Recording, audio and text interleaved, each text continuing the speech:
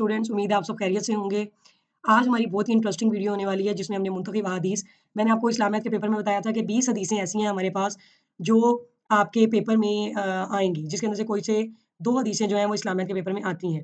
ठीक है? ये 20 हदीसें हमारी इस्लामियत की बुक में अवेलेबल हैं। आज हम इन हदीसों को मैक्सिमम 5 हदीसों को देखेंगे कि वो हदीसें जो हैं वो उनका तर्जुमा क्या है, पेपर में किस तरीके से आएँगी और उसकी एक्सप्लेनेशन क्या है। तो सबसे पहले आप ये समझ लें कि जो पेपर है वहाँ पे आपका जो इस्लामियात की आपका हदीस है वो 3 पार्ट्स में आती है। नंबर 1 आपकी हदीस का नंबर 1 पार्ट ये होता है कि उसमें आपसे तर्जुमा पूछा जाता है। यानी आप हदीस का तर्जुमा बताएँ, ठीक है? हदीस का तर्जुमा। इसके नंबर होते हैं 2, यानी 7 मार्क्स की टोटल आपकी जो हदीस है, टोटल हदीस के मार्क्स कितने होते हैं? 7, जिसमें से हदीस का जो तर्जुमा है वो 2 मार्क्स का होता है। हदीस की जो तशरीह होती है, एक्सप्लेनेशन होती है, वो 3 मार्क्स की होती है और हदीस का जो इल्मी निकात होते हैं, इल्मी निकात कह लें आप उसको या आप उसको कह लें लर्निंग पॉइंट्स कि आपने उस हदीस से क्या सीखा है, ठीक है? वो 2 मार्क्स के होते हैं। ये जो है आपके पास टोटल क्राइटेरिया है आपका हदीस का कि टोटल हदीस जो है वो 7 मार्क की होगी। उसमें आपके पास 2 मार्क्स का जो है वो तर्जुमा हो जाएगा, 3 मार्क्स की आपकी तशरीह हो जाएगी और इल्मी निकात यानी आपने उस हदीस से क्या सीखा, 2 मार्क्स का हो जाएगा तो 7 मार्क्स में उस 7 मार्क्स को स्प्लिट किया गया है। अच्छा, अब देखिए सबसे पहले आपने करना क्या है? ये 20 हदीसें हमारे पेपर में मौजूद हैं, ठीक है? ये 20 हदीसें हमारे पेपर में मौजूद हैं। देखें 1 से लेकर हमारी ये 20 तक जो है अहादीस जाती हैं, यहाँ तक, ठीक है? इन अहादीस को हमने अच्छे तरीके से क्या करना है, लर्न करना है, समझना है ताकि हम ये तीनों पॉइंट्स, ये जो 3 पॉइंट्स हमें बताए गए हैं, हम इनको अच्छे तरीके से क्या कर लें, समझ लें। चलिए हाँ, हदीस नंबर 1 की तरफ चलते हैं। हदीस नंबर 1 हमारे पास क्या है?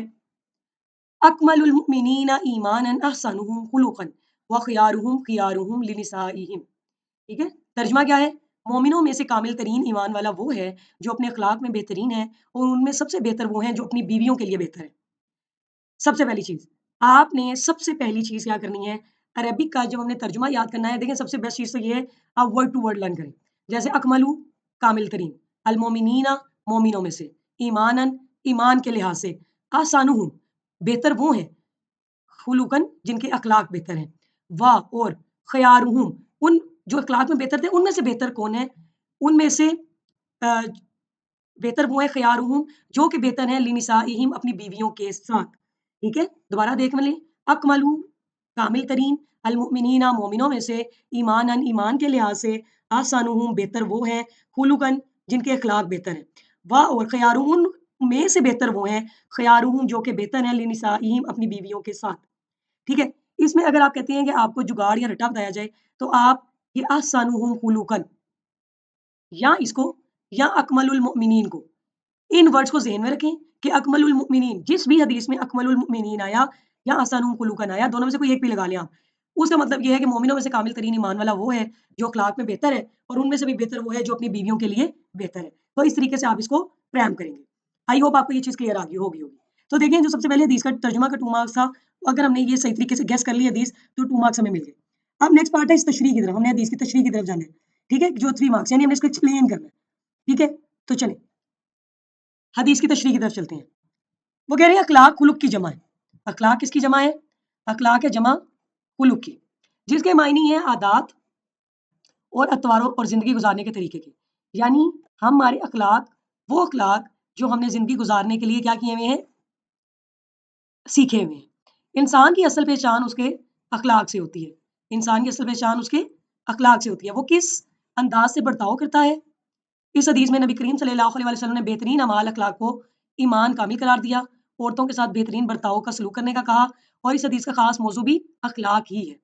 जब हम उसने अखलाक की बात करते हैं, तो सबसे पहली चीज़ हमारे पास आ जाती है कि अल्लाह ताला की अताअत, मुकम्मल अताअत और फरमाबरदारी ईमान का तकाज़ा है और ईमान की अलामत अच्छी आदत व तवार है। अखलाक हुस्ना में वो तमाम अच्छी आदत और खूबियाँ शामिल हैं जो इंसान किसी शख्सियत की बहुत खूबसूरत बनाती है और उसको ज़ात को संवारती है। यानी हमारे अखलाक अच्छे होंगे तो हम हमेशा सच बोलेंगे, अमानत और दयानत करेंगे, सब्र से काम लेंगे, इसार करेंगे, अपने आप को कुर्बान करेंगे, अफ़्फ़ु दरगुज़र करेंगे, माफ़ कर देंगे, मोहब्बत करेंगे, तहारत यानी पाकीज़ा रहेंगे, हया वाले रहेंगे, सिला रहमी होगी हमारे अंदर, बड़ों का अदब करेंगे, छोटों से प्यार करेंगे, वालिदैन और रिश्तेदारों की इज़्ज़त करेंगे, अल्लाह ताला की मखलूक के साथ अच्छा बर्ताव करेंगे। ये सब काम हम तब करेंगे जब हमारे अखलाक अच्छे हैं। उम्मीद है आपको ये चीज़ क्लियर हो गई होगी। آگے وہ کہہ رہی ہے اسلام میں حسن اخلاق کو اختیار کرنے کی بہت تاکید فرمائی گئی ہے، ایمان کامل کی نشاندہی علامت قرار دیا گیا ہے۔ رسول اللہ صلی اللہ علیہ وسلم کی ذات اقدس خلق عظیم کا اعلیٰ نمونہ اور ارشاد ہے وَإِنَّكَ لَعَلَىٰ خُلُقٍ عَظِيمٍ، قلم کی آیت نمبر 4 ہے، اور بے شک آپ صلی اللہ علیہ وسلم اخلاق کے اعلیٰ مرتبے پر ہے۔ یہ ہمارے پاس ایک آیت کا حوالہ آ گیا، ٹھیک ہے، دیکھیں یہ ہمارے پاس آیت کا حوالہ ہے۔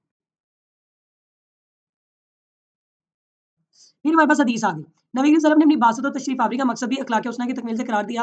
ارشاد نبی انما بعثت لیتم تمیم مکارم الاخلاق، بے شک مجھے اخلاق حسنہ کی تکمیل کے لیے بھیجا گیا ہے۔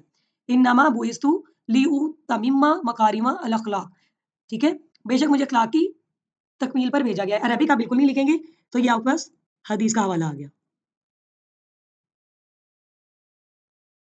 اچھا آگے دیکھیں عورتوں کے ساتھ حسن سلوک کا جو مین دوسرا کانٹیکسٹ ہے، لیکن سب سے پہلی چیز تو یہ بتائی نا اخلاق اچھے ہونے چاہیے، اس کو اب بس آپ نے اچھے سے پڑھنا ہے، ان چیزوں کو یہ والی جو یہاں سے یہ والی جو باتیں ہیں ان کو آپ نے اچھے طریقے سے میمورائز کر لینا ہے۔ آیات جو ہے بے شک ایک آیت کا ترجمہ یاد کر لیں یا ایک حدیث کا یاد کر لیں، آپ کی مرضی ہے۔ پھر عورتوں سے حسن سلوک، انسانی معاشرہ مرد و زن کے وجود سے تشکیل پاتا ہے، معاشرے کی بنیادی اکائی خاندان ہے، اور خاندان دیکھیں والدین، بھائی بہن اور دیگر قریبی رشتہ داروں سے مل کر بنتا ہے۔ ہمیں صلہ رحمی کی بھی بار بار تلقین کی گئی ہے۔ گھر اور خاندان کو ہمیشہ عورتیں بناتی ہیں، ایک مرد کا عورت سے ماں کا، بہن کا، بیٹی کا اور بیوی کا رشتہ ہوتا ہے، ٹھیک ہے، تو مرد کو چاہیے کہ وہ بیوی کے ساتھ حسن سلوک سے پیش آئے، یا بیٹی ہے یا بیوی ہے یا ماں ہے یا بہن ہے، ان کے ساتھ خصوصی محبت اور شفقت کا مظاہرہ کرے، ان کی خیر خواہی جو ہے وہ ان سے رکھے، ان کو مار پیٹ نہ کرے، برے الفاظ سے نہ پکارے، ان کو اپنا غلام سمجھ کے نہ رہے، اور اہل حسن معاشرت بھی اسی چیز میں ہے کہ جب مرد اور عورت ایک اچھے خاندان کو تشکیل دیتے ہیں۔ ارشاد باری تعالیٰ ہے وَعَاشِرُوهُنَّ بِالْمَعْرُوفِ، اور ان کے ساتھ حسن سلوک کا برتاؤ کرو، یعنی عورتوں کے ساتھ۔ عورتوں کے ساتھ خیر بلائی کی یہ ہے کہ ان کا احترام کیا جائے، حسن سلوک کیا جائے، حقوق ادا کیے جائیں، ان کو کمتر نہ سمجھا جائے، محبت اور خیر خواہی اور نرمی کی جائے۔